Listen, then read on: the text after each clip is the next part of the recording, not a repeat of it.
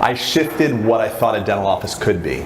And I wanted to pre-frame it because, let's face it, a lot of our patients are really scared when they come to the practice and our practices, and they're filled with anxiety.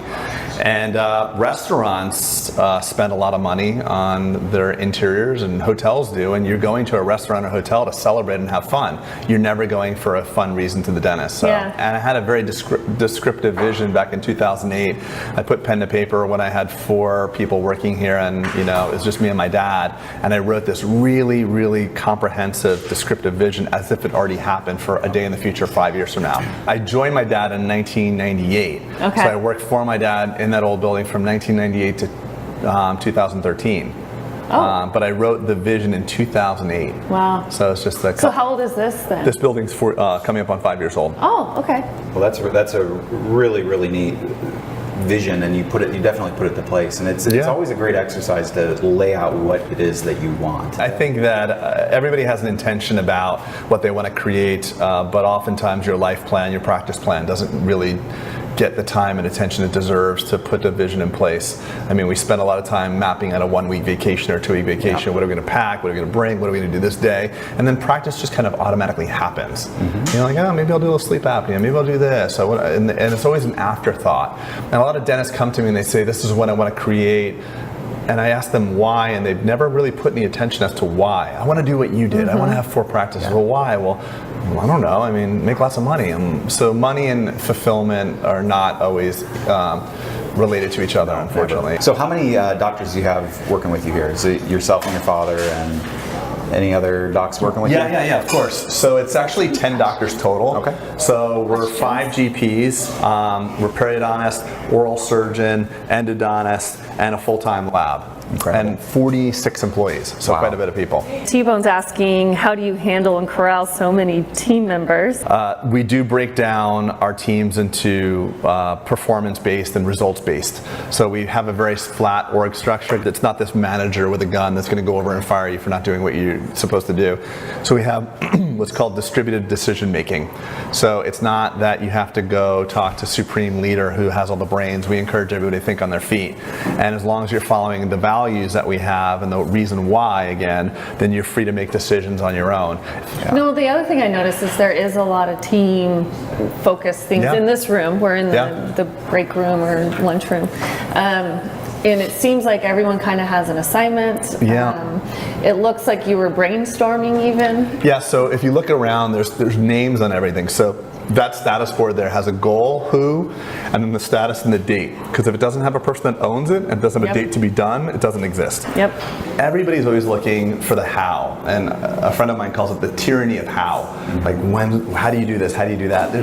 You have to have a compelling why. I know that sounds so cliche with Simon Sinek and all that, but if you have a big enough reason why to do something, you can accomplish anything to do it. So I was really compelled as a legacy to my family. I'm a 3rd generation dentist. So it's my grandfather, my father, and myself. So I felt like I was put on this planet to do this.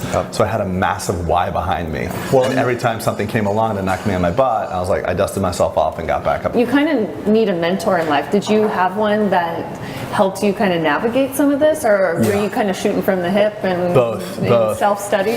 So I self-study and I observe people, and I just believe that everybody can teach you. So I have people that are wildly unsuccessful that taught me a lot of what not to do, and people who are very successful and taught me what to do. I'm lucky that my dad has an amazing work ethic. He's the type of person that doesn't speak a lot, but when he speaks, he's people listen. Yeah, people listen to him. I'm never afraid to ask for help. I'll ask for help from everybody.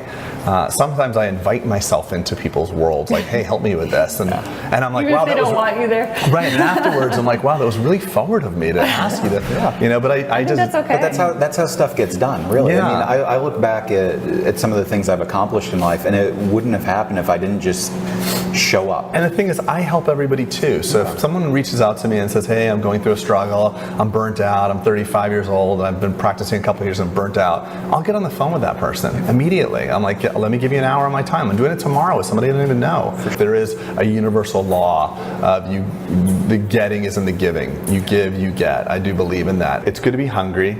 So it's not resignation of this is fine, this is enough. Yeah. It's going to be hungry, but it's happily achieving versus achieving to be happy.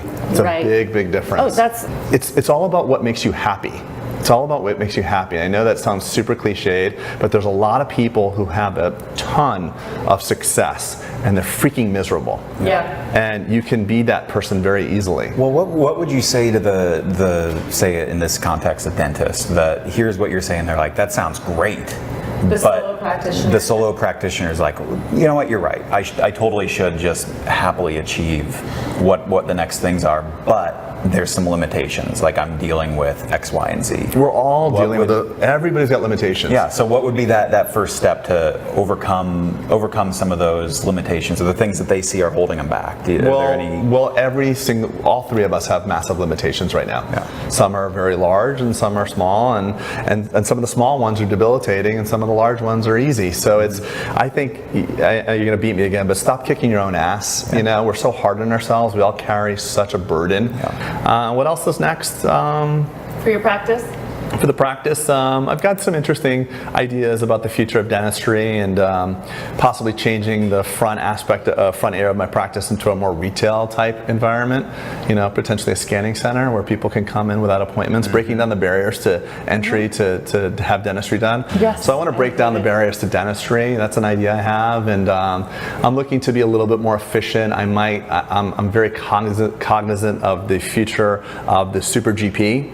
So I'm a big believer in dentists getting advanced training. If you had asked me 5-7 years ago, I'd have been very rigid about nope, has to be a specialist and blah blah blah. Mm-hmm. So I'm learning and adapting. Even with integrating sleep in here, you did find an associate that really wanted to kind of take that on. Yeah, so you've really empowered your team as well, which I think is a big thing. Yeah, for sure. We want to get those results, and to sleep, I mean, that's probably the greatest thing we can do in the practice besides diagnosing oral cancer. So it's a great service, and we have thousands of patients coming through here, and we're not doing it. So, you know, at a service to the patients. I think it's all, you know, if you make the right meaning for it, like it's not about like raising the revenue, although that's important. We run a business, but helping people. Check out Dr. Craig Spodak on the bulletproof. I like dentist. that. I like relentless. I might start that. Yeah, you like could relentless.